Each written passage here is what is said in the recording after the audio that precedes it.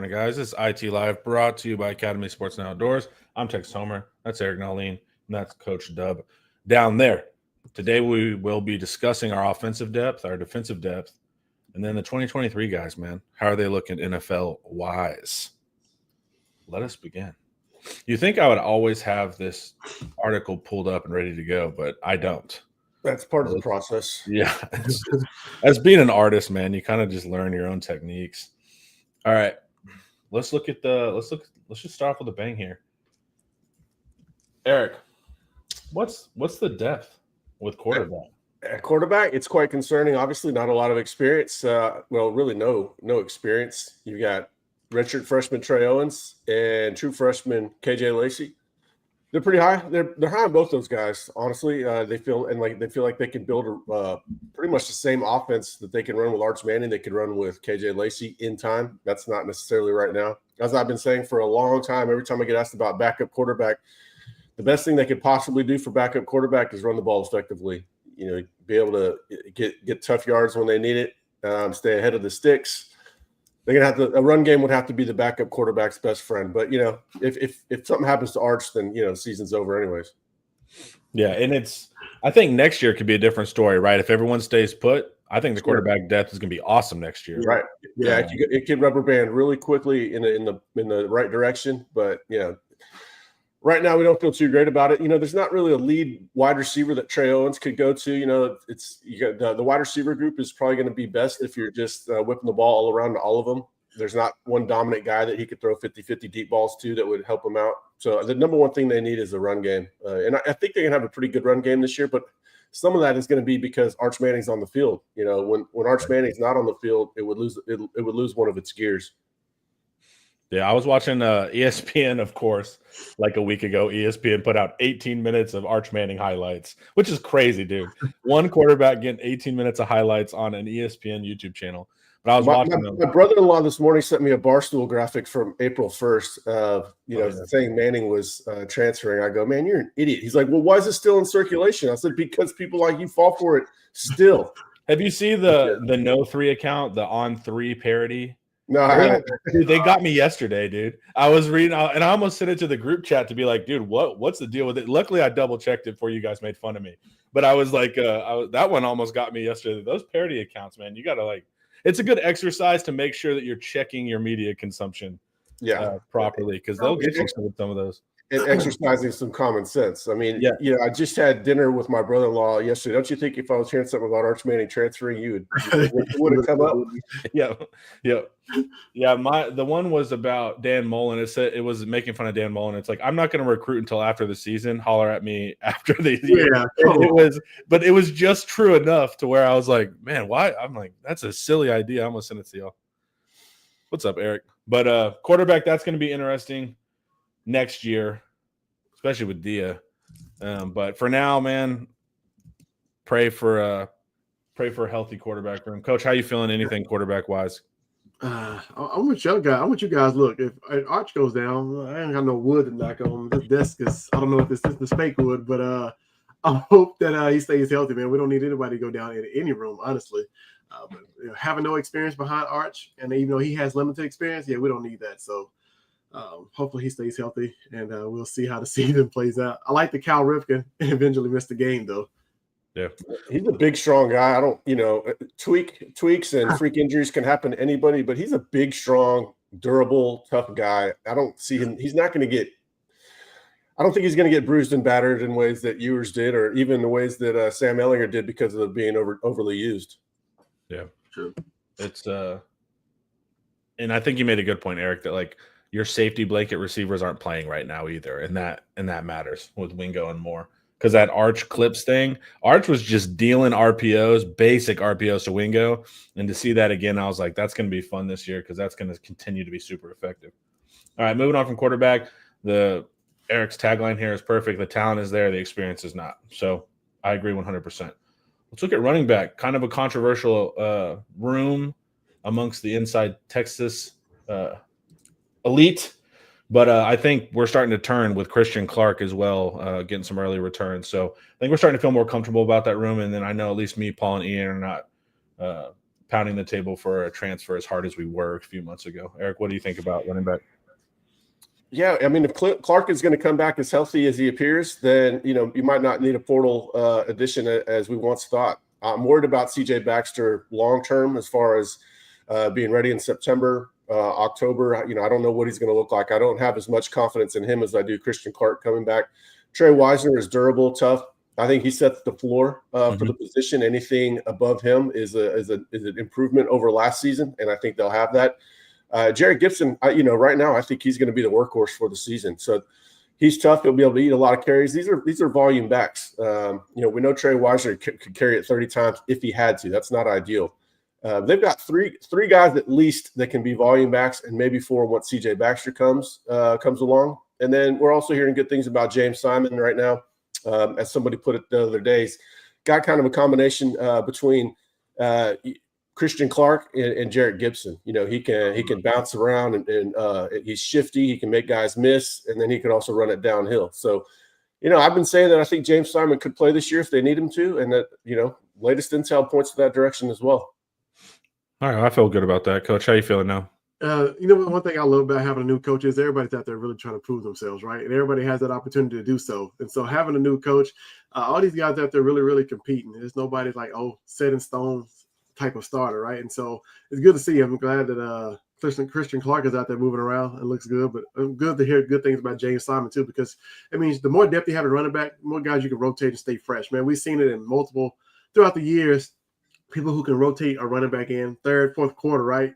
When the first and second guy kind of beat up, or if they're playing special teams like Trey Wisner does, having that third or fourth guy you can kind of depend on, man, is really, really helpful. So it's kind of good to see that.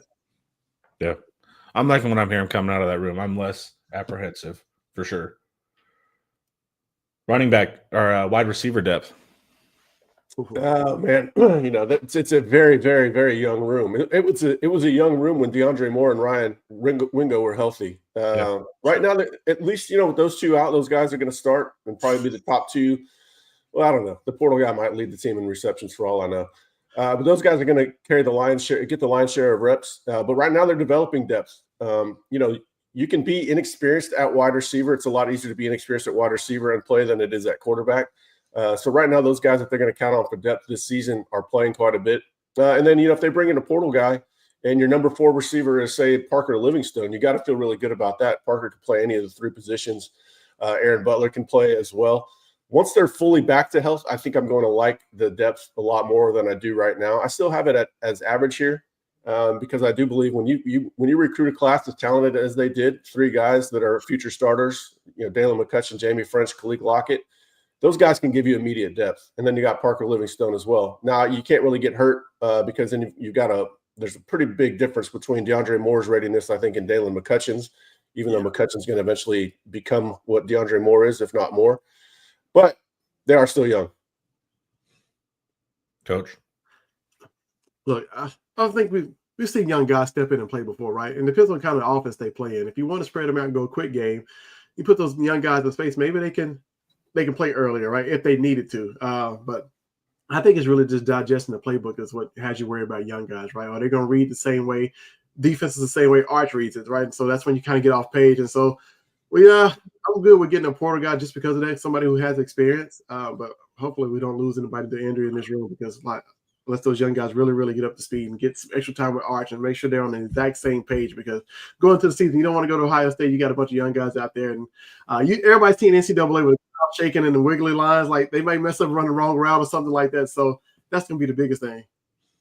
Yeah, that addition is going to be really big for creating depth because that guy is likely to start if they get the guy. I think he'll start, and then you've got Parker Livingstone, who's a really good, who's capable of a capable starter this year. Would then become your number 4 guy. Jamie French, I think, can play early. Dalen McCutcheon can play early. Khalil Lockett is coming along. So once they get that portal addition, I believe that depth is going to be good. Yeah, the ceiling here is what's exciting, right? Like when you look through this list, like everyone can go to the NFL theoretically, So that's what's cool too. Even when you're down Moore and Wingo, so really great ceiling, good projections here. But like we said, young and kind of a tricky position. And I guess the silver lining, if you have to cope with Moore and Wingo going down, is that we are getting these guys reps. Yeah, and that matters. All right, tight end. Here we go, baby. Terrifying. Yeah, just like verging on total disaster if anything goes wrong. Jordan Washington nursing the shoulder right now. He's going to be fine. But it's just a reminder of how inexperienced they are in the room. The overall talent level in the room is not as high as it is at other positions. Emery Winston is having a really good spring so far. There's 6 practices in, and we've heard his name after 2 or 3 of them. That's a positive. He's a true freshman, though. So how ready is he to block? Nick Townsend didn't enroll. I just wrote a free article on Nick Townsend. He's a total freak, a unicorn. I compared him to Jonah Williams, as somebody that's not participating in spring this year, but you might still be able to count on him for snaps next season just because he's so freakish, so advanced. It's unfortunate he's not on the field. Spencer Shannon, I believe, can play this year. I'm not sure that he's going to be the best option as the number 2 tight end. We'll see. I do expect them to go to the portal. And we're hearing some decent things about Will Randall as well, but are these guys top-line starters in the SEC? Not likely. So they need more bodies. They need more talent. They need more experience. The thing I feel best about is Jordan Washington catching a ton of footballs next year. Yeah. But I do think that they're going to have to go to the portal. An experienced player that's a credible blocker or receiver would be a massive addition. But Nick Townsend, I don't know how you keep that guy off the field. He's running 21.62 in the 200 right now at 6'3.5", 230 pounds. Crazy. That is absurd. That is more impressive than some 180-pounder running, 21 flat. He is absolutely tearing it up on the track. He's physically mature. He's mentally mature. I think he's going to play this year. I just don't know how much because he's not on campus. It's a bit of a projection. Coach, you have a soft spot for the tight end position. How you feeling about this group, though? Young and experienced, but man, they get a ton of reps in the spring. Makes me feel better. I see Mari Winston. Gunnar Helm, I guess, knighted him and said, hey, we're 85 with pride, you know what I mean? So hopefully we can get some of that out of him. But just a lot of young guys, man, they're going to have to get a ton of reps, right? I feel like a tight end, you kind of mix between tackle and a receiver, man. Sometimes it can be hard when what your job is and what you have to do. So those guys just really have to get up to speed quickly. And if it's only can play one, and if you don't get a guy from the portal, you only got to play maybe Jordan Washington, maybe you go more 11 personnel than less than 12, right? Until those guys get up to speed. But I want to see how they develop the rest of the spring, though. Cool.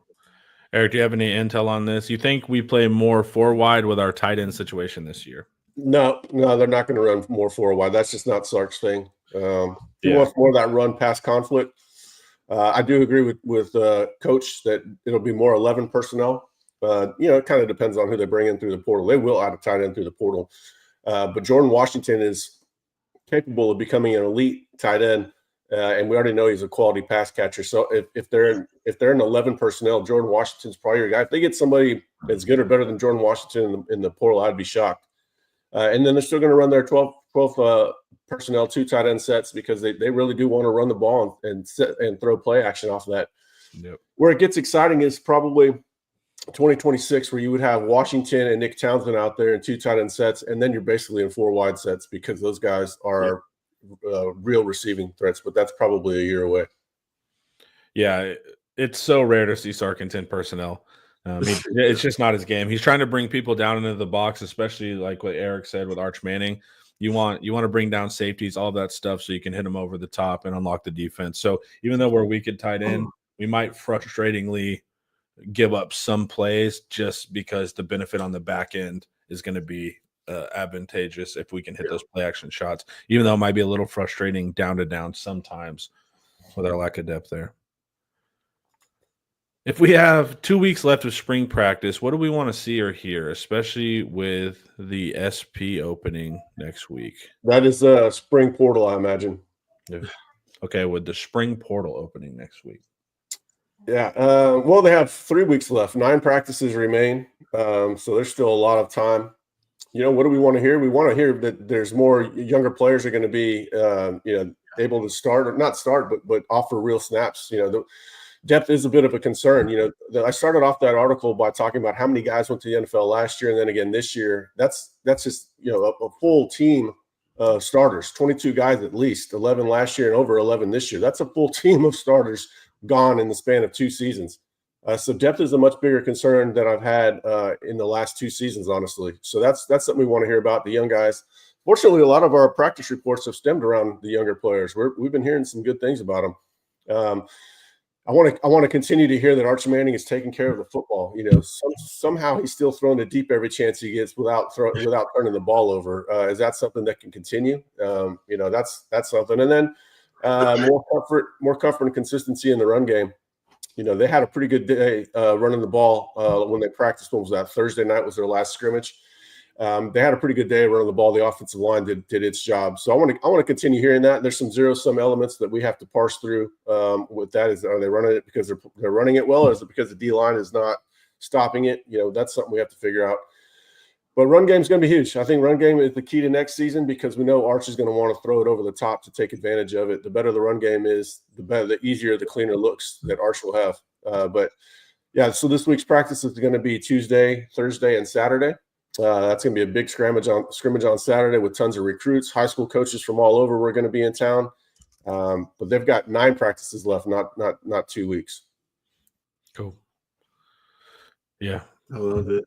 It's going to be an interesting year to project because even like 2 nights ago, I was really trying to think what I think this team's going to do, and I can sell myself on the upside. I can sell myself on young mistakes. It's weird. This is a tough year to project.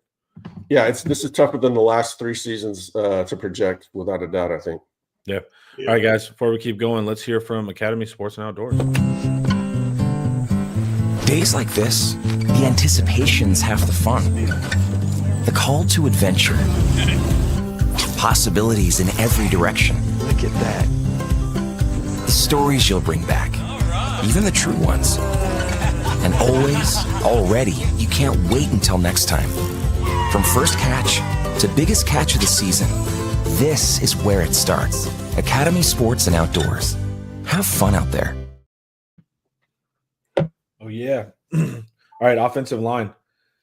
Average. This is where this is a group that's interesting to me. Like, I'm not sure about our depth. Of course, we're losing some NFL guys, but we're replacing with some NFL guys. So this is also a room that's kind of tricky for me to figure out. Eric, what's your yeah, I went into that phone call thinking it was going to be bad, and they, source I talked to felt they felt like the depth was pretty decent. So I went along with it. Now, if they lose Trevor Gooseby, they're in trouble. If they lose the guard, they're okay. Center, yeah, you could play Connor Robertson or Cole Hudson. Maybe there's decent depth there. So I think tackle depth is a concern. We don't even know who the tackle starter is going to be on the right side. Probably Brandon Baker. But Andre Kojo, we've heard good things. I don't know if either of those guys are capable of being good starters this year. I would feel much better about each of them in a backup role. So I guess they have decent depth there, but we don't know the top line starter. That's the bigger question. I do think they will go portal on the offensive line, so we're going to get a better idea of that. But Nate Kibble is ready to play. People think Nick Brooks can play this year as a depth piece. Connor Robertson has been in the program. This is going to be his 4th year, so I think center depth is okay. It just kind of depends on what position you're talking about. Guard, center, pretty decent depth. Tackle, a bit concerning. It also feels like their timelines have gotten so sped up because we're like, come on, Brandon Baker. And it's like, dude, he's still like super young. And I think there's probably price tag reasons why you get more antsy now because we're NIL. But it's also so weird now that we're talking about like, what do you mean he's not starting at year 2 at tackle? It's just the position's like sped up in a weird Kelvin way. Banks messed people up because Kelvin was so ready early. Exactly. That total unicorn. And even Trevor Gooseby's, I think he's on the faster side of developing. I think this is going to be Gooseby's last year at Texas, just because I think that's the trend line he's on. So yeah, they've got to really start thinking about tackle. Fortunately, they went very hard after Michael Fasusi last year. It didn't work out, but they're going to use all of that effort and resolve this season to address offensive tackle. You wonder if it's just a year behind where they really need it to have these guys ready for 2026. But I do think they're going to add a transfer here, probably somebody that can play guard or tackle, an experienced player that they'll feel comfortable putting out there in difficult situations, and maybe even somebody that could start.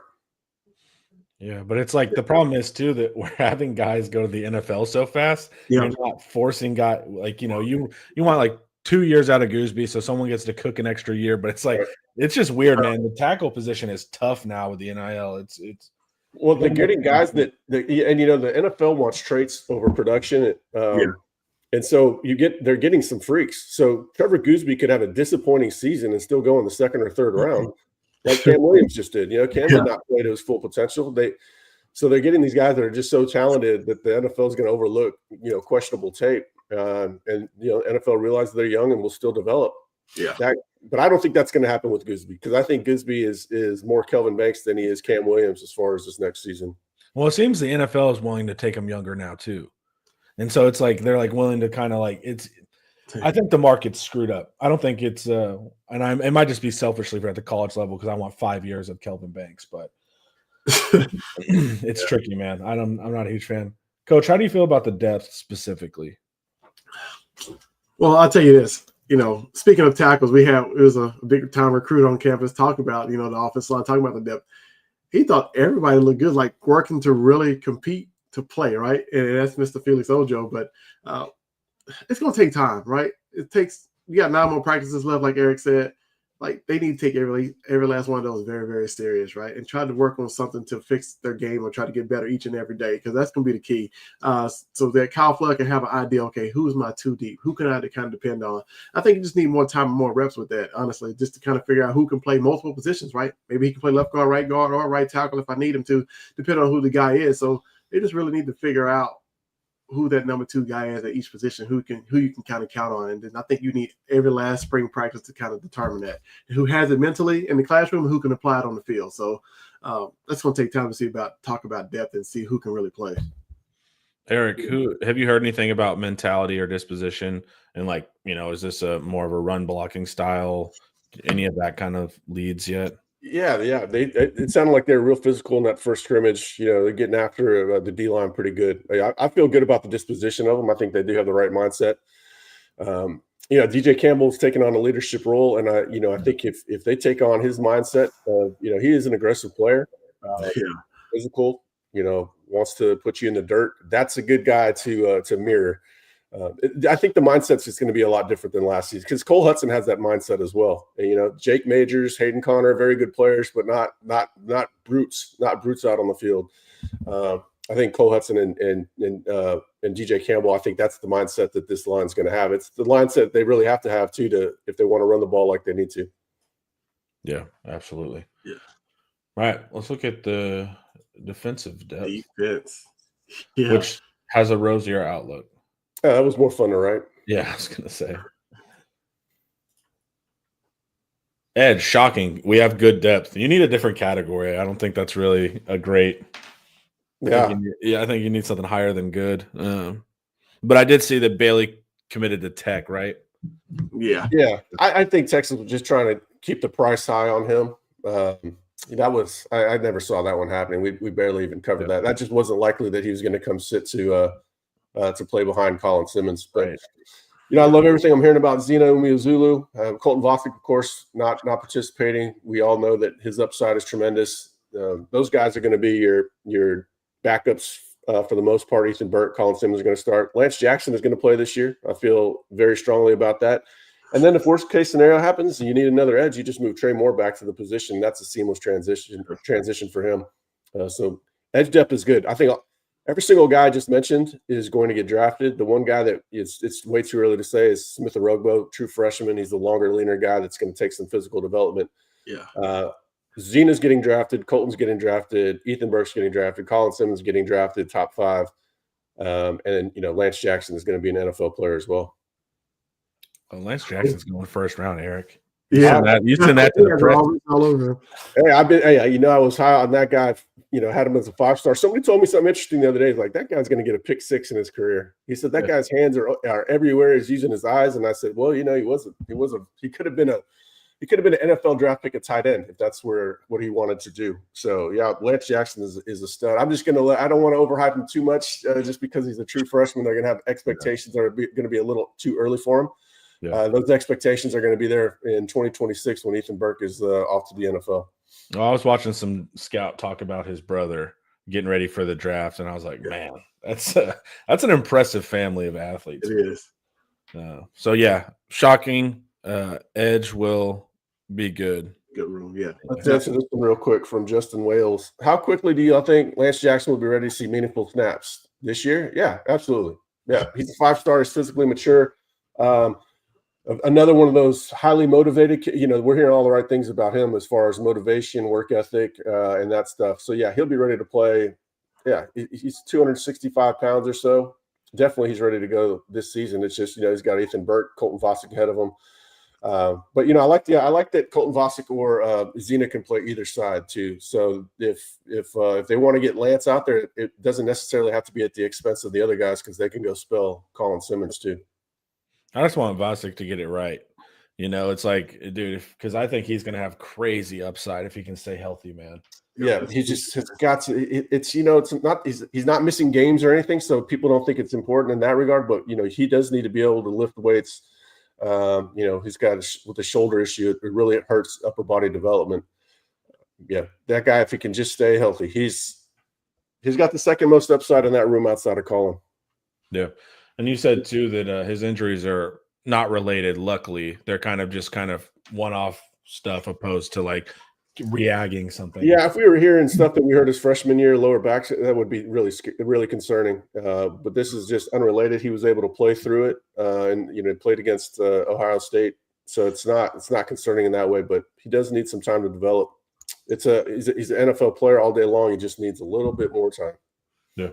Good luck. Defensive tackle, average, which I'll take, man. Yeah, I think we got spoiled the last few years with the assembly line of NFL D tackles, and then they were able to go get two grown men last year in Jermaine Lole and Bill Norton. I think they kind of what I've been saying is they've got guys that are in between what they had as starters last year in depth. So I think Cole Brevard and Travis Shaw are they're not Alfred and Vernon, but they're a step above Jermaine and Bill. So they're doing pretty good there. Hero Canoe, we know he's about to rotate at Ohio State and play a lot in January. Feel good about. They can always go just play a 4-man rotation next year, assuming health, like they did this past season. That's probably not ideal. You liked it when they had Alfred Collins and Vernon Broughton were your number 5 and number 60 tackles. That was pretty incredible. I do think they'll get another portal transfer, assuming that there's one good enough to add. They won't just add a guy to add a guy. And then, of course, you have a freshman. One of those freshmen is going to be able to play. Justice Terry's probably going to play in a sub package. I don't know if he can play down to down, week to week in the SEC, but he can definitely go out there and cause some havoc. And then, Myron Charles and Josiah Sharma, head's still swimming a little bit for those guys. But we could see them progress in stages. They'll be better in August than they were in April. One of those freshmen is probably going to play a little bit more than we anticipate. Get a portal guy. We're looking good all of a sudden. Yeah. Hey, I love what you wrote about Travis Shaw having a motor, man. I know people had concerns about that, but him moving around, getting after it, man, that's positive signs. That is not what I was expecting to write about. When he got compared to Vernon Broughton for a motor standpoint, I sat back and put a little smile on my face, because that's half the battle with these guys that are big. Yep. Motor is so important. I knew Tavondre Sweat was about to blow up that first game of Rice when it's 200 degrees out there. Remember, it was so hot, everybody was worried about if they should even play the game at that time. Yeah. And Tavondre was playing with his hair on fire. This guy is going to have a massive year. When you start hearing those things about guys that weigh 340 pounds, that they've got motor, we already know that Shaw is a freak athletically for his size. Yeah. Then it's just about staying healthy, because he really is in a contract year, and he's coming to do what he was expected to do out of high school when he was a 5-star. Yeah. Yeah. The portal tackles was to just raise the floor and not get totally washed in SC play. The young guys are the ones with war daddy potential. Yeah, this class in a year or two is I'm going to be very excited about. But it sounds like these aren't just floor setters that we brought in, which is important too, man. No, I think Brevard and Shaw are NFL guys. Hero Canute's a little bit too early for me. Yeah, the guys they brought in are certainly war daddies, but how soon are they war daddies? Right now they're a 2-year-old. If we're going to stick with the war horse theme here, they're not quite. They're not ready to dominate yet. It comes in stages. January is the guy that we would hope that could dominate from the young guys, or at least dominate at times. And we're hearing good things about him. He needs to get a little more physical, but the athleticism is there, the size is there, movement ability. So hopefully January flashes quite a bit, and then you're talking about a future star in him, and then that class was a dream come true. Like that, it's about as good of a D tackle class as you could hope. Wish they would have got one more guy. They'll address that this year. Well, and we saw too, like our defensive tackle success came from age, minus Byron Murphy. But like all those guys were older guys, you know? Yeah. So It all happened in stages. Yeah. And it was weird. It's like it was super weird. It was like, hey man, this is your NFL year. And they'd be like, okay, time to like totally change my effort levels. So we also had like this weird, like they didn't try as hard until there were millions of dollars on the table. Hopefully we can get people to try as hard the whole time and then get their millions. Yeah. It was super weird. It seemed like, okay, you're a fifth year, now you got to try. And they'd be like, okay, I will. But defensive tackle is going to be, it's one of the biggest rooms that I'm going to watch. I feel pretty good about it. I love the guys they brought in. Yeah. Cool. Well, before we keep going, guys, let's hear from Andre the Lawyer. This video is brought to you by Andre the Lawyer. If you're injured, trust the team that secured millions for their clients and helped thousands of Texans with their injury case. Car wrecks, slip and falls, 18-wheeler accidents, on-the-job injuries, and wrongful deaths. Don't let insurance tell you what your claim is worth. Hire Andre the Lawyer to fight for you. Principal office is in Dallas, but they serve Texans throughout the state. So don't wait and call Andre the Lawyer today at 214-444-8808. That's 214-444-8808. The contact information is in the description. Linebacker. Interesting room. Talent, floor, NFL potential, Anthony Hill, early round, first rounder, as long as they're not doing weird stuff with linebackers. It's a fun room, man. So Eric thinks we have good depth there, which is interesting. I don't know if a year ago we would have thought that. So it's cool. Yeah, I feel as good about depth there as I do edge, maybe even better. I think Spence is a perfect backup for Anthony Hill. Does a lot of the same things, similar game. Maybe not as good in coverage as you'd hope, but really good downhill blitzer. Yeah, strong against the run. Leonga Lafau is going to play a lot. You've got Trey Moore. Leonga Lafau is going to start. He's having, he was the first player mentioned on defense in the last two practices. Leonga is going to start. Trey Moore is going to play a lot. Anthony Smith has got to play. He's a future NFL player. They've got to get those guys on the field. And then, questions about Bo Barnes, but that's what you expect with the young guys. He's still learning the playbook. That's the tough position. That's like expecting a true freshman quarterback to be ready to go right away. Yeah, very, very hard to do. He'll come along. As the offseason unfolds and the season unfolds. He's got the right people to watch, specifically Anthony Hill right in front of him. But I love that room. Leonga Lafau probably, if we did a list of the most underrated players on the team, Leonga Lafau would probably be near the top of that. Coach, you were going to say something. I like the linebacker room, honestly. I think it has a ton of experience, especially with Brad Spence coming over. I think Anthony Smith, man, regardless, I know he played a little bit as a freshman, but, man, the way he just flashes on screen, like, you would say he gets it. The light bulb's already on, right? He may need to add a little more weight, a little more bulk, a little more muscle, but other than that, man, Anthony Smith is a player. I think the more reps he gets, it's going to be to get next guy. Everybody's talking about being the next guy to get drafted high because he has just unbelievable traits that you don't see. He's the new age linebacker, so to speak, right? He can stay all three downs. He can go out there and cover a slot because he has the speed to do that. But he's also physical enough to shoot gaps, right? Offensive lineman, you can't touch him. We saw, was it not UTSA? I forgot what game it was, but he kind of just shot the gap and made a play in the backfield. Like, you don't have to be big if you can avoid blocks, right? I can just get around you almost like Derrick Johnson and used to do, kind of dip the shoulder a little bit, but Anthony Smith has that. Yeah, people keep telling us he moves like a DB. 2026 could be Leonga Lafau and Anthony as your starting linebackers. I was going to say, does he end up at Mike? That would be fun. Or move Leonga over too if they like him so much. Sure. Yeah, Leonga would probably go to Mike. Yeah. When they recruited Anthony and Leonga, they thought Leonga would be at Mike and Anthony would be the Will. Yeah, it's cool. And they called the line at Mike, so that'll be that's exciting, man. And I want to see it. I want to see our coverage ability. That's gonna be cool. And of course, we think Anthony Hill's pretty good. And then the Trey Moore thing still confuses me, but hey, let's have added depth and pass rush ability. Nah, that's going to be a package thing with him. I'm pretty sure it's going to be game plan dependent.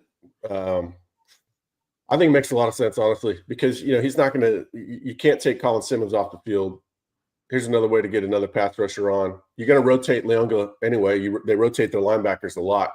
So and Trey's going to need better tape for linebacker in the NFL, right? So it's beneficial there. Yeah, that's his body type. He moves like a linebacker because he's built like a linebacker. So I think it makes sense for all involved, and I'm really hoping it works. Because Trey Moore is he's an all around good football player, a very good guy in the locker room.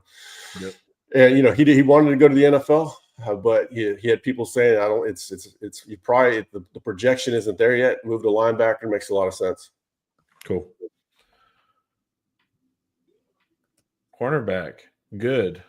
And I need to think about this position more. So I'll just take your opinion, Eric. I think it's good too. Yeah, just outsource your opinion to me if you're not sure on that. I'm obviously higher on Jalen Gilbo at corner than a lot of people are. I think he was, first of all, there was nobody to really attack in the secondary last year other than maybe Gilbo at times. And I still think he held up quite well in his first year at starter at the toughest position in the secondary. When you saw him make mistakes last year, normally when I saw him, it was in run support. I don't really remember him getting taken advantage too much in coverage. Like we talked about, similar move, Jahdae Barron to corner. It's the same. They're going for that same thing. He's not Barron as a player. We knew that. We had very high hopes for Barron at corner. We didn't know he was going to win the Thorpe, but we thought he was going to be really damn good. Gilbo, I think he's going to be fine. I think he's going to be, a little bit above league average. He's got enough speed, physicality. Still working on some technique. They're getting caught back up on corner, but Dwayne Akina is all over him, working with him nonstop. And I think Gilbo's going to have a good year. And if he's not, doesn't everybody feel confident in Kobe Black? Yeah, it's kind of like boundary. Yeah, it's kind of like last year where everybody thought Malik Muhammad was going to have the better year than Barron. Now everybody's thinking, Black would probably be better than Gilbo. I'm not so sure about that. And Gilbo's experience, I think, is something that he can lean on. Kobe Black is still gaining that. Now, I think Kobe Black is going to play really well in 2025, whether he starts or not, and then he's going to be a star in 2026. But, man, they really have a preference for experience, and that favors Gilbo. Yeah, they do. But we do have some young guys also that are getting named. Well, Warren Roberson gets brought up quite a bit. It's a mental thing with him. He's got the physicality. He's probably the best guy in man that they have. I don't know. It's tough for me when you see mental mistakes out on the field. It's tough for me to know when they're going to put it all together. He's got the best. He's probably got. If you went up and down the lineup, you would say, okay, that guy looks like he's in the NFL for sure. He's an NFL athlete, NFL from a physicality standpoint. But is he ready? I'm not sure. Santana Wilson having good practices one after another, and we're hearing good things about Cade Phillips as well. But Cade's got Cade's got a Kobe Black problem. Not only does he have to kind of wait his time, he's got Kobe Black in front of him, who's kind of similar. Now I do think Cade is the rare long corner that can play field or boundary, and it wouldn't matter. He's so athletic, so long. He's got good technique. He might be the number one back. He might be the number one target to replace Malik Muhammad when Muhammad leaves after this season. He had really good track times, right? Very good. Very good overall track. Everything in track he did, he was good. Cool. 400 long jump. He was long jumping 24 feet. All around explosive guy. Cool. I like about the DB room. We hear a lot about the young guys. The only kind of, I'm not saying reminds you or they aren't as good as the guys that were coming out when Vasher and Jam were here, but you hear a lot of things about the young guys who may be able to mix in, like Ced Griffin did, like Michael Huff did, like Aaron Ross did, Terrell Brown. They all got a kind of chance to kind of mix in. Also, the same guy that was there then is here back in the secondary now, but I think he'll get the young guys up to speed and ready to play. Right? He might put them on an island. He might let them go out there and make a few mistakes, but I think they'll learn from it. But they all have all the right tools to be great. So every time you write about Cade Phillips, it seems like he's getting an interception, or Santana, he's getting an interception during a practice period, right? That speaks volumes to they're actually getting it on the field, right? And they're playing with confidence at a young age already in spring. So I'm excited about the DB room. They may be young, but man, super talented. And corners have something else to lean on, that pass rush. Yeah. The pass rush is going to help them out quite a bit. Yeah, you got to cover for half a second, and then you'll be good. All right. Star, the nickel, the fifth DB. Average. This is a weird room too, man. I go back and forth, because I'm like, Jelani's in it. I feel differently. Jelani's like, I'm a safety. I'm like, I agree with you. It's just like this is a weird room. Yeah, this one's kind of it's the grade is incomplete because you don't really know what their exact intentions are right now. I think they're developing depth right now with Wardell Mack and Ryan Niblett that they would feel good, confident enough playing next year. Now I could see Wardell. There's a path for Wardell to start. There's also probably a not small chance that Gilbo goes back to star if they don't feel like they're getting what they need to out of Mac, and they could always move Jelani there. But it sounds like Jelani wants to stay at safety. So I'm not exactly sure who's going to start at star. That's one of the mysteries right now. You expect McDonald will still play there at times like he did last season, depending on matchups. You get Derek Williams and Michael Taff out on the field with McDonald at star. That is a winning trio in the middle of the field. But I don't know who's going to start down and down. Wardell Mack is probably the guy on the roster that has the best skill set overall of a guy that you could just leave in no matter who the opponent is. Maybe he's not great in any one regard, but he's an 8 out of 10 across the board. You would take that all day long. But I don't know, man. Hearing good things about Niblett. Niblett's having some good practice. Hearing good things about Grayson Littleton, too. I just can't imagine they would have a true freshman starting at that position with guys like Wardell Mack and now Niblett in front of them. Yeah, and you're rooting for Niblett, so you hope that all exactly checks out. Niblett is an NFL athlete all day long. He's got an NFL mindset and toughness all day long. I think it's going to work out for him. And I think the Akina's timing at Texas couldn't favor a player more than it does Ryan Niblett, because they, fast, right attitude, they're going to find a way to get you on the field. Well, and so sometimes coaches will switch you positions because they're like, we would enjoy if you transferred. That's not what's going on with Niblett. They're trying to switch him rooms because they're like, hey man, we're trying to figure out how to get you on the field. There's a difference there with position switches. Sometimes, hey, you head to SMU or whatever, but with Niblett, they're trying to make it work, and that's important because that's the coaches IDing that they like him as a player, but also his mindset. Yeah, and they're giving him there. He's going to be one of the main stalwarts on special teams. He's right now Niblett is your punt returner, and he's also going to be your gunner on one side. So they want Niblett on the field as much as possible. It's not what you're talking about. This isn't like Last Chance Saloon where they're easing him out the door. They just want to get that dude on the field because he's fast and physical. Yeah, I love that. And the guy who's known for taking athletes or receivers and making them DBs is Akina. You look at Stanford. You look at when he was at Texas before, he had a ton of athletes who played quarterback and played receiver. Even Vasher played a ton of receiver. He came out and be a star corner, right? In Stanford, when he got to Stanford, he moved 2 guys from receiver, moved to cornerback, right? Those guys end up getting drafted. So if anybody can develop a guy who has the right tools, the right mindset to want to put the work in, it's Niblett. I think he got the right coach to do that. Well, and a DB is an evil wide receiver. And so I like when they've had some wide receiver backgrounds and can think they understand the stem. Why is he doing that? They understand that inherently that's important. And also their ball skills are generally better. All right. Safety. I think good depth here, a room that we're excited about. Weird room with Derek Williams out. A little would be far easier to project with him getting reps, but still, we got NFL guys.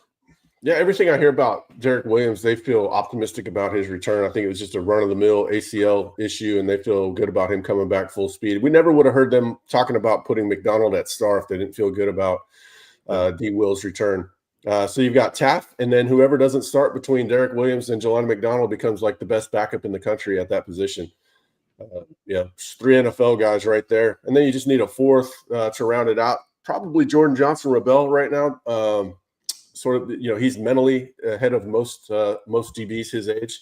It has the physicality that they want at the position, the toughness. Joining Akina, we thought Blake Gideon preached toughness. Akina is to the 10th degree on over Gideon when it comes to physicality, which was surprising to me.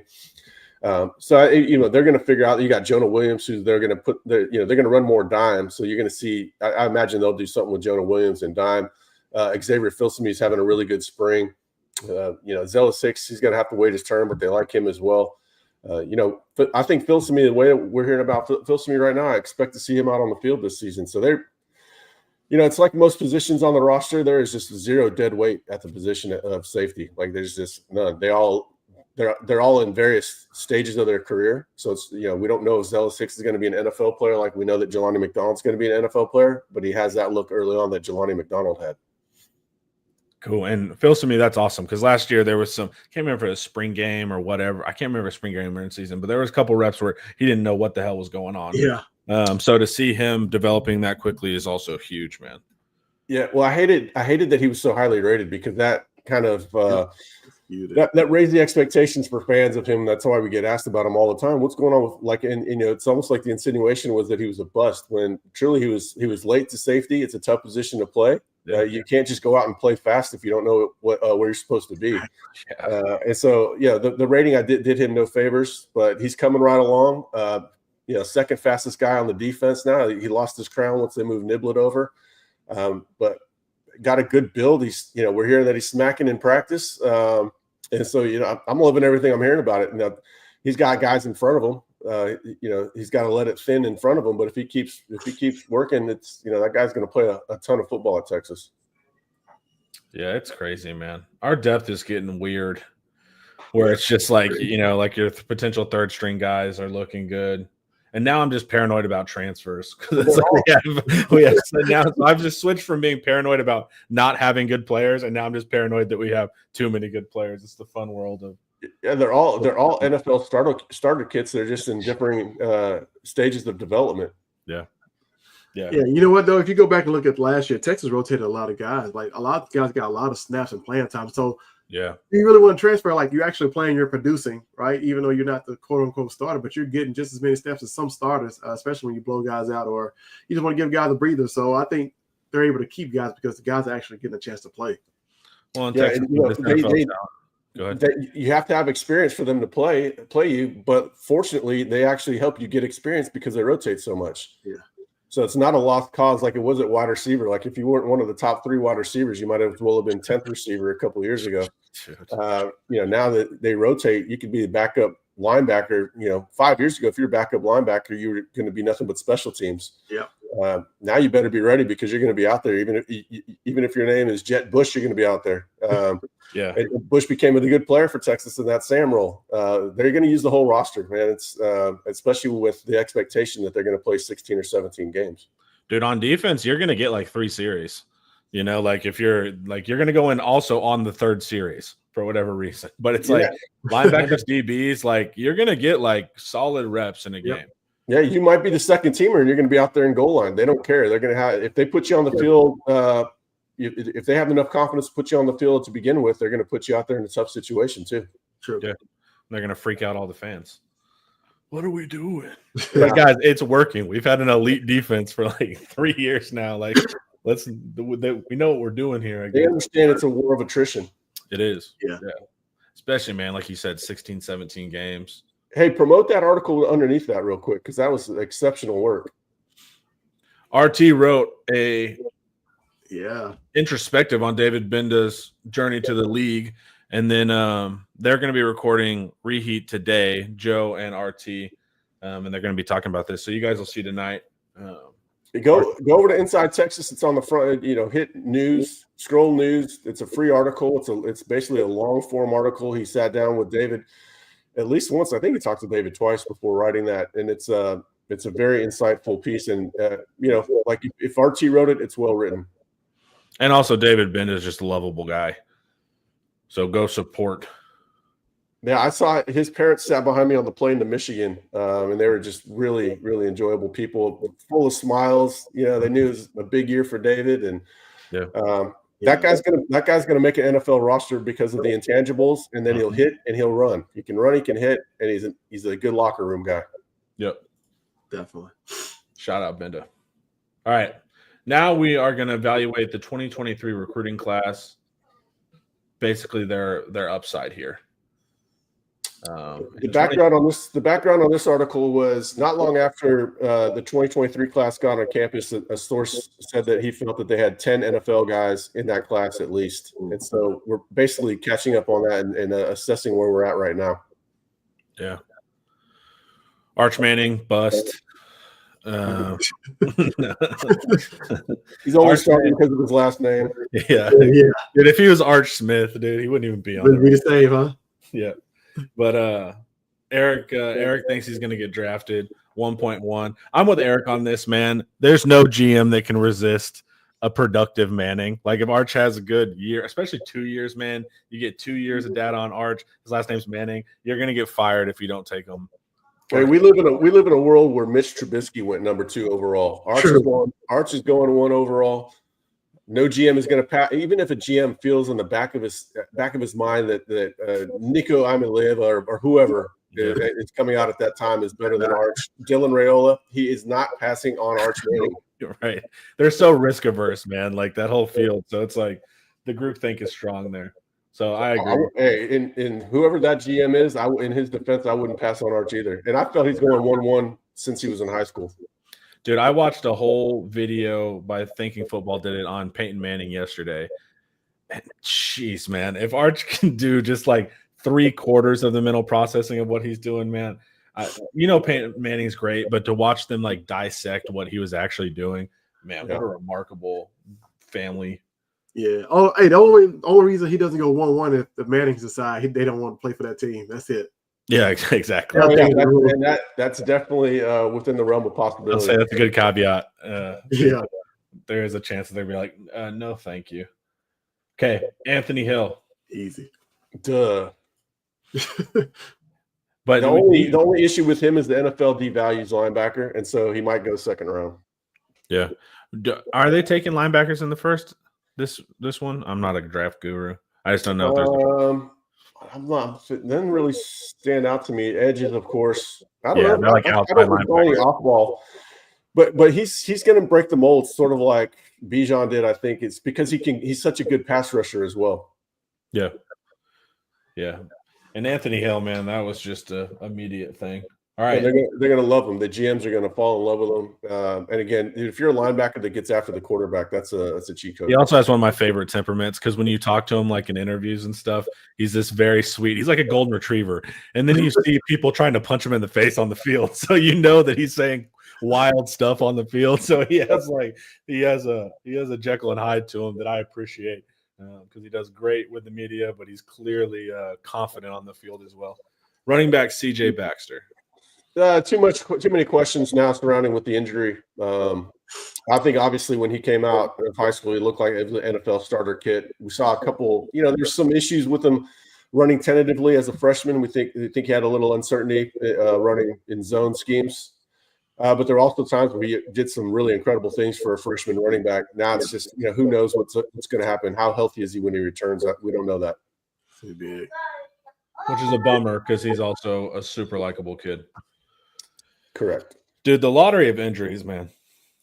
Oh. Save your NIL money, guys. You never know what's up. Yeah. Jonte Cook. What's up with old Jonte? Well, where is he right now? Is he on the team? I don't know. Yeah, I don't know. Next. Yeah. That's a bummer, dude. Also a bummer. All right. Manny NFL second rounder. Yeah. He's all the intangibles, smart, everything, man. He's good technique. Yep. What do you think he's going to run? 4.5. Okay. Yeah. Maybe. Hey, he might be 4.45. These guys are faster than we realize a lot of times. Dude, Golden. It's like, why didn't no one tell us?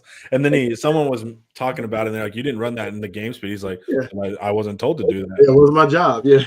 Yeah, we had a source on IT said it's going to be like Adonai Mitchell. Nobody ever saw Adonai run as fast as he had to, as fast as he could because he never had to. And then next thing you know, Golden's out there smoking it.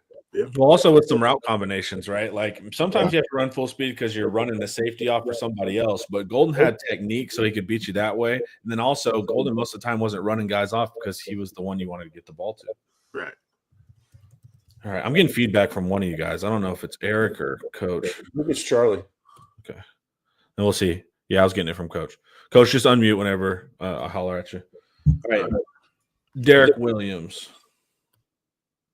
Derek Williams, another one where we need to see what he looks like coming back from injury. But like I said, run-of-the-mill ACL.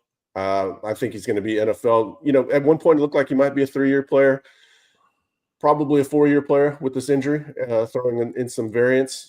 But he was playing really well right before he got hurt. I think he's playing is probably the best he's ever played in his career, most consistent. We saw him flash a lot as a freshman. Made a lot of freshman mistakes he got to pass for because he was so talented. He was starting to play with more mental maturity. Last season got hurt. I think he's going to be up to speed mentally. We heard that he was really, really locked in after the injury and trying to learn as much as he could. Stayed entirely engaged, completely engaged with the coaches, with what was happening within the games. I think he's going to have a really good year mentally. Now you just have to see that he's got the same old athleticism back. Yeah, that's going to be big. Another injury thing. Otherwise, no problem.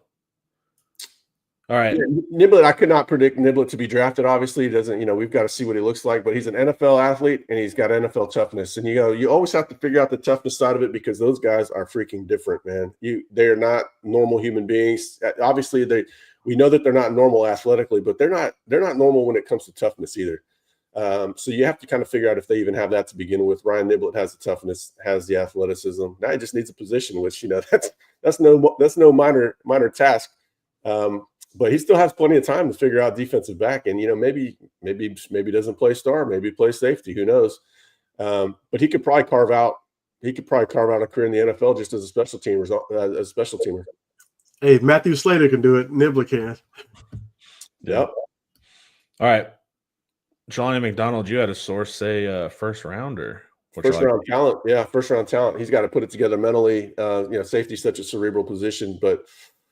Yeah, he's a draft pick, obviously. Colton Bosick, we kind of hit him earlier, but need to stay healthy, but freaky at tangibles. Yeah, NFL, he'll be able to set the edge and also get after the passer. Nice two-way player. He's still physically maturing. He's had some issues with it. It's hard to develop when you've got, a lower back issue and then a shoulder issue. It's what can you actually do in the gym when you've got a back issue? Yeah.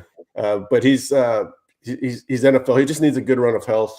He'll catch some good luck if he keeps working out. I mean, Jordan Whittington was one more injury away from hanging it up, and he's made it to the NFL. I think Colton just needs a little bit of good luck, a little bit of time to develop. He's gonna make waves on the field if he can get out there consistently. Yeah, he's one of those players that you notice amongst a team with a lot of NFL players. Like you said, we had like 22 people go. You'll physically notice Bosick on the field. It's an important thing. DeAndre Moore. And you've been consistent with this, a breakout year from Moore. And he had some, I guess, mental errors, blah, blah, blah. But the tangibles there are pretty remarkable. I don't know who was it on IT that thought DeAndre Moore was slow whenever we were recruiting him. Well, Yuchi was the guy saying that he was not worth RIP, brother. Yeah. I think Moore's going to be a 3-year player. It's kind of like what we talked about at the D tackle. If you just wait your turn, you're going to break out and go to the NFL. DeAndre Moore, it's his time to shine. Him and I think Arch Manning is a very good. That's a very good combination. Arch likes to throw it deep. DeAndre's a vertically inclined slot. I think DeAndre is going to be a 3-year player. He had seven touchdowns and 39 catches. I think that's a really, really strong ratio. Jordan Whittington had 2 touchdowns in his final 2 seasons. So I expect DeAndre Moore to blow up this season. Yeah, and remember, even 2 years ago, there's that clip from In the Bubble where Arch is throwing fades to DeAndre Moore, but before both were even starting, they were getting those reps. That's important. Yeah, they were third teamers, and that's when they started developing that connection. And we saw that Mississippi State game where Moore had 7 for 100 something and 2 touchdowns. I'm expecting to see a lot of that this season. When Arch takes that hit and throws that fade, man, oof. And now DeAndre's got new eyeballs too, so he's hopefully he doesn't have those unfortunate drops. Tassili Akana, he headed to Utah. Yeah, just need some. It was always a longer curve from on the physical side of it. Maybe they should have him go do a 2-year tour and come back as a as a physically mature 26-year-old one day. I was gonna say, go to South America, come back at 36, start. Darian Gillette, another one, man, this was one I was bummed about whenever he transferred. Because I remember, man, that knee injury, like you said, in high school. I always had trouble with Gillette's projection because it was never evident to me that he was a clear linebacker. Yeah. I always thought edge for him. Edge is just an easier position to play than linebacker, and he has good length, good size, athleticism. I hope it works out for him. He was coming along. We had sources that say if he just sticks to the script and is okay with diminished playing time until he's truly ready. But he didn't want to wait, and you understand that. Hopefully it works out for him. He was a good dude, and he does have ability. Yeah, I'll keep an eye on him at Mississippi State. Interesting. Jaden Chapman. At this point, I'd be surprised if he'll be drafted, but it's still early for him. That was kind of interesting. You were very point blank there. Well, just because I haven't heard enough noise. Now, I don't know, man. Maybe they move that guy to guard eventually, and he has plus athleticism for guard because he does have tackle athleticism. I think he's just kind of a bit of a tweener for what they're looking at between tackle and guard. But he's a good player, and honestly, we could have mentioned him earlier during the depth portion because I do believe he could play in a pinch. I just haven't heard about anything that leads me to believe he's going to be, one of the next NFL guys. But I don't want to sell him short. I think he's a dang good player. I really liked him as a prospect. I wonder if maybe guard isn't the position long term. Maybe after they bring in guys like Ojo and Turntine, the writing's a little bit more on the wall and they swing them inside. Cool. Yeah, I don't know. I want to hear some more about Chapman too. That's a big guy. Whether what he plays tackle or does he play guard, I really don't know. It's like you got to the rest of these 9 practices will determine, I guess, where he ends up on the depth chart. Yeah, but we haven't heard a lot about him in the mix. All right, Sadir Mitchell. Oh boy, turbulent Texas career. Transferred to LSU. Then Bo Davis twice pieced out on him. Yeah. Tough, man. You just gotta. Sometimes you gotta stay the course, man. You can't go with the wind on some of these things. But Sadir, of course, has a high ceiling if he can stay dedicated. He's one of those guys when you see their tape in high school, you just say, all right, he's going to be in the NFL if he wants to be in the NFL. Right. That's just bottom line. Giant and moves. When you're giant and can move your feet like he does, you're going to be in the NFL if you want to be in the NFL. Yep. Roberson, we touched on earlier, NFL athlete, but we don't know if the NFL processing is there yet. Yeah, not yet. I'm still getting a handle on that. But man, he's flashed athleticism since the second he got on campus. We've talked about him a number of times. The physicality is there. If he can limit the penalties on special teams, he's going to be a fantastic gunner. I had somebody tell me the other day that Ryan Niblett and Warren Roberson could be a better gunner duo than Keelan Robinson and Keaton Crawford. Sky's the limit for Roberson, but he's got to play within himself, make less mental mistakes. But the ability is there for sure. So Samaje Burrell. So this is I was at a camp watching him do drills, and this always stuck out to me because if you watch his tape, you loved him. Yeah. But he was in a group. He was doing pass coverage drills with like 10 other DFW backers, and he was the only one that could not get the drill. And kept messing up the drill, kept getting coached up, and that always stuck out with me. And I remember mentioning it to somebody, and they're like, "You're reading too far into it." But I think that did have some evaluate my projection because I'm saying 9 other guys got it just fine. There was kind of a weird thing with Burrell, and then, not great decision making after that. So transfers to Sam Houston. Yeah, I think it was when Tavondre got in trouble with the last straw with Samaje, but. Yeah, I was kind of surprised about that. But yeah, I think if he would have been a superstar, would Texas have walked him out of the program? Probably not. Yeah, I think he transferring again too. I think maybe to UNT. I think he had an okay year at Sam Houston and left. Did he leave Sam Houston? I don't know where he is. I thought he's at Sam Houston, but I don't know for sure. Yeah, he's got the traits. Yeah, Trevor Gooseby, baby. Yeah, we know that's an NFL guy. Yep. We're doing almost too well there. Yeah. Leonel Lefau, somebody who from day one sources have always loved. So it's good to see. And then Eric, of course, like we said, we already touched on him. Yeah. Starting at will, doing everything right. We're hearing that he's sorting through the traffic well. He's coveraging well. He's good in coverage. He's smart. He's working hard. It's like you're hearing there's not like a downside there right now. Yeah, he's physical. He's tough. He moves extremely well in ways that you have to move out on the football field. Like maybe not the guy that goes and runs a 4.45 40 or whatever that turns heads. He's maybe not an athletic freak, but just moves well in all different directions. Very good in coverage, physical downhill. Yeah, maybe he could get a little bit bigger still, but he's more physically mature than he was this time last year. I think he's going to the NFL, but that's one of those things where I just outsource my opinion to people that know better than I do.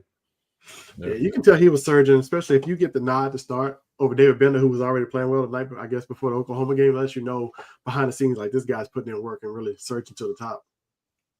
Yeah, highly, highly respected guy in the locker room too. Speaking of highly respected in the locker room and tough, I don't know if he's going to get drafted. I do think he's going to play in the NFL. It could be a special teamer, a third down back for them, or a number 3 back. If you're carrying a third running back, you want him to have special teams value, and he would have a ton of special teams value. NFL toughness. versatility, catch the ball out of the backfield. I don't know if he's going to get drafted. I do think he's going to play in the NFL, though. Billy Walton transferred out. Peyton Yep. Cleveland transferred to Colorado. Hey, he's at, I should have edited that. I think he's at Miami of Ohio now. So he's doing the Rand McNally tour of America. From Florida to Texas to Colorado to Miami of Ohio. Crazy. Connor Stroh, always a longer curve player, could see time after guard thins out. Yeah, he's just got a lot of bodies ahead of him. But, they took that – all those guys in that 2023 class, they took in mind where, like, hey, they're going to have to wait behind the 2022 class. Yeah. And so, we're starting to get to the point where, hey, we need to start hearing more about them. You would, hopefully those guys can add depth this upcoming season. But Stroh, big, strong guy, attacks the weight room, was a great power lifter in high school. Moves okay. I think that was always going to be the issue with him. He's so big. How well does he move his feet? Foot quickness, probably the number one question with him. But I think kind of where they expected him to be. Yeah. Spencer Shannon.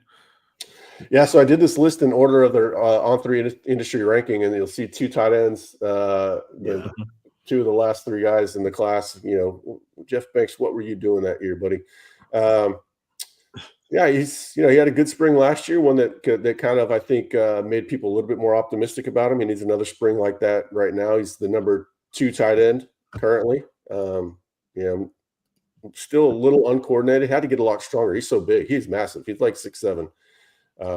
And so when you're that big, it's hard to control all your limbs. You got to keep hitting the weight room and keep getting stronger. That's going to aid your coordination. So longer curve guy. Not going to be an ESPN breakout player of the year, but I think he'll see the field this season. Not an NFL guy, though. That was so weird. So weird for that. Kojo. So this is one, too. He comes in, I think he came in at 11 years old. Yeah. And he's developing. So it's good to hear that he'll likely become a starter, if not Texas, somewhere else. But this was a player that I could hear. I heard both opinions about. Not going to work, going to work. And I'm glad to see that it looks like it is working for Kojo. He's a lesser version of Sudhir in that if he wants to be in the NFL, he's got a damn good chance at it because he was always giant. Even at 15, he was giant. We had to know about him when he was 15. It's kind of crazy. And he was giant, can move his feet, and now he's leaned up. His body's maturing. He's reshaping. I think the guy. I don't know, man. I wouldn't rule him out being drafted one day, honestly. Yeah. He's got a really good work ethic, and he's big and move his feet. If you can be coachable, there's a chance that guy ends up in the NFL. I'm not kidding. Yeah, he's dedicated. He's another one of the kids in the offseason or outside of Texas really putting in work with his trainer. People call him Mini Flood and Zach, the O-line coach of Southwood Cliff, but I know he trains with Kojo. Kojo trains with him, and so he really is rededicated to trying to work and get himself better so that he can play. So he's putting in the work. So I can't wait to see it kind of come to fruition and get on the field. Yeah, Kojo's a hungry kid. Don't rule him out. Cool. Well, that's good because he's offensive line. All right, and tight end, Will Randall, depth player, Isidore Newman.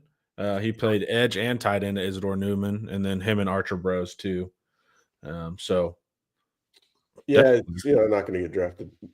But maybe he'll play a little bit this year. He's done some nice things in the recent practices, but it's not an NFL guy. Cool.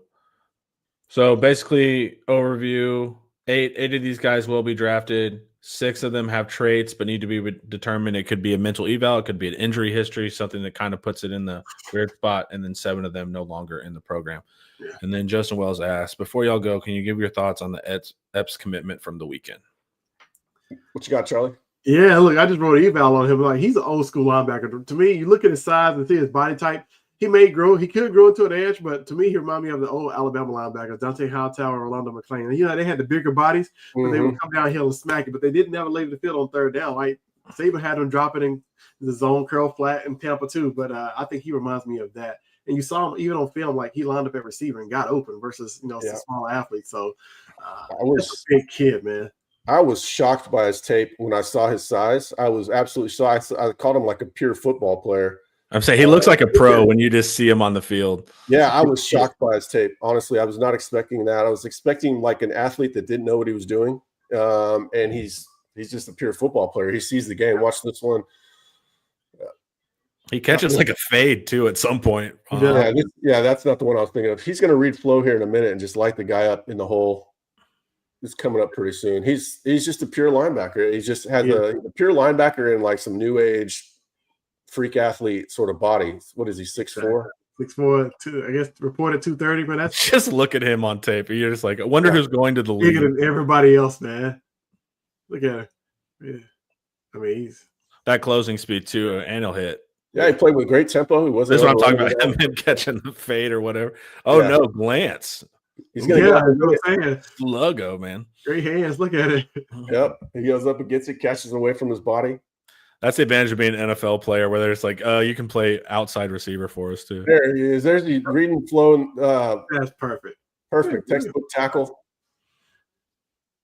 Yeah, I love it. Over his assignment. He understood the tight end, changing the gaps. Now it's hard to get super excited unless he reclassifies, but because he's so long away. But you look at that body type, he should reclassify. Honestly, yeah, he could play. I got to just see him at OT7 too in Dallas doing 7-on-7. Man, I saw him move well versus some superior athletes out there. So people might question the size. Can he move? But he can move. He can move in space and cover well. I think that's just a purely good football name too. Taven Epps sounds like a football. It does sound like a pro. Taven Epps. Is this a Nansen guy? Well, I mean, you'd imagine. Well, the kid's from Texas originally, but now he's out in Southern California. There could be a number of different things going on there. I'm not quite sure. I hadn't talked to him, but his tape was not what I was expecting. I turned it on and same here. I was raising my eyebrows pretty quick. Like, all right. Yeah, I was watching it yesterday, and I just anytime it's 2027, I try not to get my hopes up. Man, kids are different every single year. They're getting bigger, faster, stronger, no matter the class. Yeah. Yeah, it looks like those big Alabama pluggers, but then he can also move. Yeah. Got swinging gait here. Yeah, this is crazy. Mr. Everything, man. That's the difference, man. Yeah, and pro athletes versus high school athletes. And as Justin Wales points out, this is sophomore tape. Yep. Yeah, exactly. Yep. What's his ranking? It's respectable, but it's not quite as high as you'd expect. I was surprised he wasn't rated higher after watching the tape. He had a number 6 linebacker. Yeah, he knew exactly what spot he was going to meet that running back at. Man, he sees the game. He's the number 4 linebacker in the country, 61 nationally, sixth in Cali.